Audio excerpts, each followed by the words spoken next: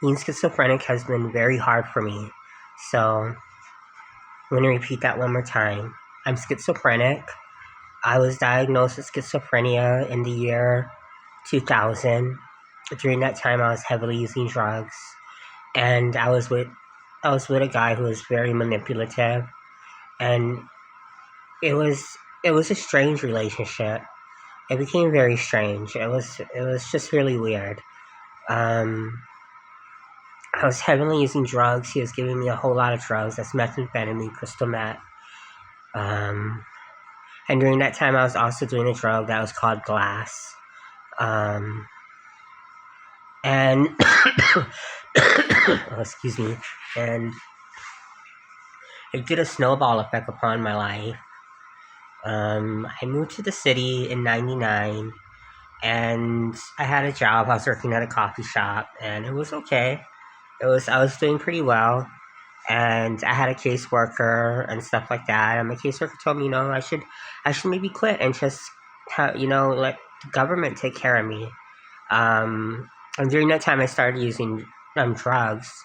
So I did, and I met that guy. And when I did, it was really, really, really harsh, and I didn't understand um, that I should have stopped seeing that person, and I should have stopped using the drugs so heavily. I was using so much of it, and I was also using Special K.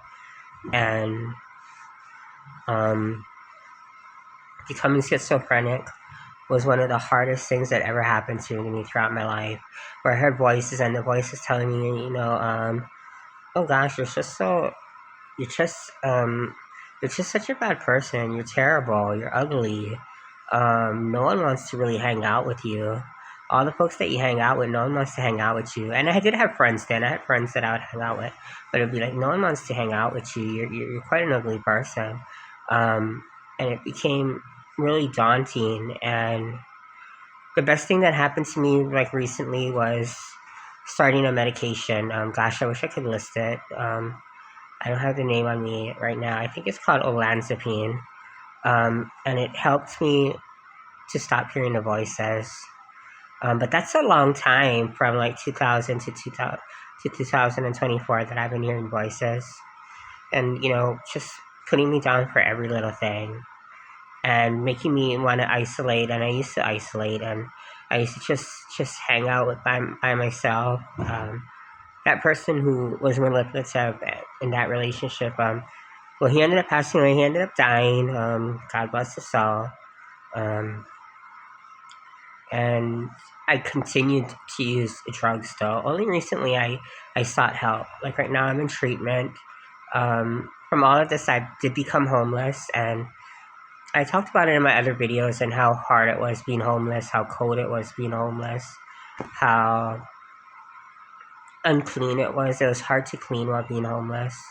And I was hearing like a lot of voices also. But only recently now the voices has like tapered off where I'm not hearing them. And it feels quite refreshing not to hear voices. Let me tell you, it's a weight off my shoulder and stuff like that, and it doesn't have like like gnawing down on me and stuff like that. Yeah, and it feels like really, really, really good. And I thought that I would share that, like my experience with becoming schizophrenic. This has been Peter Kai.